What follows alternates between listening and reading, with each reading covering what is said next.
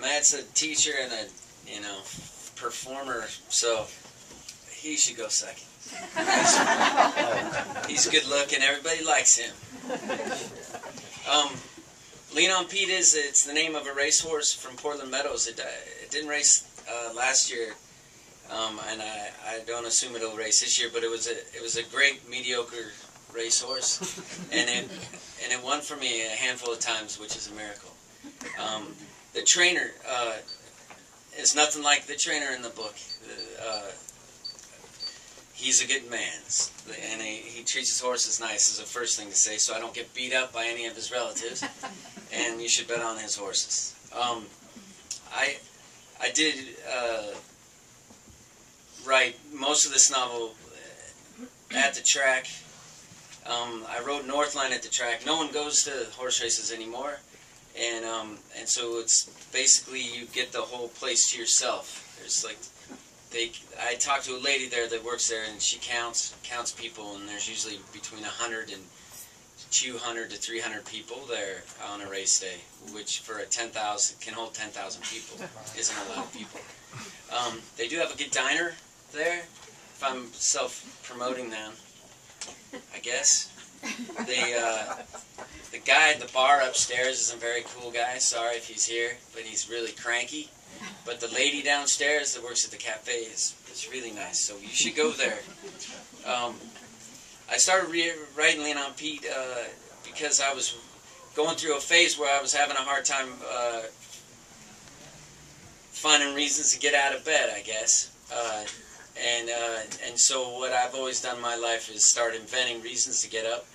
And so I started hanging out with this 15-year-old kid who ends up living right next to Portland Meadows and ends up getting a job at Portland Meadows. And I really like this kid. And through him I started to talk about the things that I love and hate about horse racing. Anytime I fall in love with something, I just want to learn more and more about it. And with horse racing, the answers are never very, very exciting or very positive. And I'm not even a good gambler, so I didn't even have that to enjoy. So I guess I was about halfway through Lean on Pete when I had to quit going to the track for a while. And I got an office in St. John's, which is really cool. And it overlooks a bar called Slim's, which is actually really, really cool because it opens up in the morning and all the alcoholic weirdos sit outside and smoke cigarettes. Without the outlaw cigarettes inside, I would never get to see all these guys. They make my life a lot nicer. So I guess this is the reason why I got an office in St. John's, is this story I'm going to read right now. The next Sunday, Dell's horse, and Dell's the trainer. The next Sunday, Dell's horse, Go Buster Go, was in third place coming around the stretch when the two other horses in front began to fade. He moved past them on the outside, and suddenly he was in first. Don't let him lug out, Dell screamed. We were watching the race from a TV near the main floor bar. God damn it, don't let him lug out. The jockey was whipping the horse and trying to hold him in.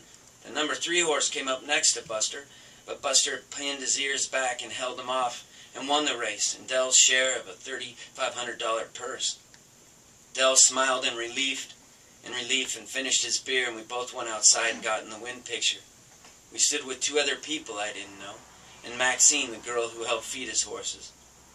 Dell put his arm around her while the picture was taken, and then he told me he'd give me a copy of the photo later on. I helped him walk Go Buster Go back to the backside, and we brought him to the test barn to be drug tested. They had a hot walker there, and we put Buster on it and waited for him to piss. And then Dell smiled and talked to anyone who would talk to him. Later that afternoon, his horse, Dash's Dart, ran a 6-furlong stakes race and came in second and won over $2,000. The odds were 23 to 1, and Dell whispered to me that he had her second and a $100 exacta and won that as well. Well, miracles sometimes happen, he told me, and I'd never seen him so happy. When we went to the track to get Dash's Dart, Dell wasn't walking slow like an old man. He was nearly skipping. And that evening I found Dell in the back room of the cafe playing cards. He hadn't paid me yet, and I'd already asked him twice. He was drunk, and I stood there for a long time just watching him and waiting. "Well, what do you want?" he said when he finally noticed me. "Well, I was hoping," I started to say. "What, you want your money, right?" I nodded. He pushed his chair back and took his wallet, and he gave me $40. "But yesterday you said you'd give me 80. "That's all the cash I have on me tonight," he said. But when he took the 40 out of his wallet, I could see a big wad of bills in there. "I'll get you the rest tomorrow," he said, "but I'm busy right now." "All right?" "All right," I told him. And then I left, but I couldn't go back to the tack room while he was still there, so I took the money and walked all the way down to St. John's to a taqueria that was in the back of a Mexican grocery store. While I was there, a couple came in and started arguing with each other. The woman got up and left him there. He stayed, but he didn't need anything. He just lit a cigarette, and then after a while, a Mexican guy came up from behind the counter and told him that smoking wasn't allowed. The man looked like he might start a fight, but he didn't. He just left. There was no one else in the place except me and the counterman. And after a minute or so, he went back into the back, and when he did, I got up and went to the table where the man and woman sat. The woman's meal was half done, but the man's was untouched, and I took it and set it on top of my empty plate. I went to the counter and rang the bell, and the guy came out from the back, and I got a to-go container and put the man's meal in it, and I left. It was still pretty early when I walked around for a while. Then I went to the movies, and I saw one about a good-looking girl who has a crazy father who thinks there's treasure buried underneath a Costco, and they end up jackhammering through a concrete floor and finding a hidden river and a bunch of gold. And after that, I walked back to the track, and by then the cafe was closed and Dell's truck was gone, so I went inside the tack room, laid out my sleeping bag, and ate the rest of the food. Dell showed up at 9 the next morning carrying a paper sack. He was hungover and dressed in the same clothes he wore the day before. He went into the tack room, sat at his desk, and turned on the radio. In the sack was a 6-pack of beer and a package of hot dogs. He began eating the hot dogs cold and washing them down with beer. Yeah, that's pretty sick, isn't it? It's one of those images like it's almost worse than if I read that he got decapitated. You know? There's something about a real scumbag eating hot dogs and drinking beer in the morning that just isn't very pleasant. All right. Sorry about that. That was a little breather. He began eating the hot dogs cold and washing them down with beer. It was a pretty sick thing to see. Him just taking them out of the package and putting one after another in his mouth. I just stood outside watching. Then he swallowed a handful of aspirin, lay down on the tack room floor, and fell asleep. A couple hours later, he coughed and sat up. "Well, what time is it?" He felt around his shirt pocket and took out a can of chew and put in a dip. "Well, it's 11:30, I told him. "Okay," he said and stood up. He took a can of beer off the desk and opened it. "Well, Pete's up first. Let's hope to God he gets claimed." So where'd Charlie come from? The boy. He's Wyoming. He lived in Wyoming, and then his dad worked for a trucking company, and he moved to Portland. I moved to Portland because of a trucking company, and so I threw that in there. And then I tried to get a job with Willig Freight Lines right near the Portland Meadows, but they didn't hire me, which is sad to say, but they went out of business. So it was a union job. Where'd he come from in your head? Oh! Yeah, I'm like, yeah, because he's real to me. I talked to him last week. So I'm a bit crazy. But that's, Charlie, you know, I was always trying to run away as a kid, and I never really had the guts. I didn't like being a kid. I liked being a kid when I turned 16, and you had access to a car, and knowing that you could run. And I just, I never could do it. I just would get scared, even though I didn't like where I lived. So I think I'd always been one to write about a kid that was on his own, because I didn't have the guts to do it. I just waited it out, and it was a smart thing for me to wait it out. But for this kid, he's what I wished I was. He's where he gets up and tries to run the dark side of him out of his head. I would lay in bed and read novels and watch TV and mope. So in a way, when I was feeling down on my luck a couple years ago, I guess, I channeled him to kind of get me up and rolling. You put him in some pretty tough situations. Yeah, I knew from the first sentence he'd be all right there. I mean, sorry if anyone hasn't read it, but his aunt's a librarian. And she picks out books for him to read, and she cooks good.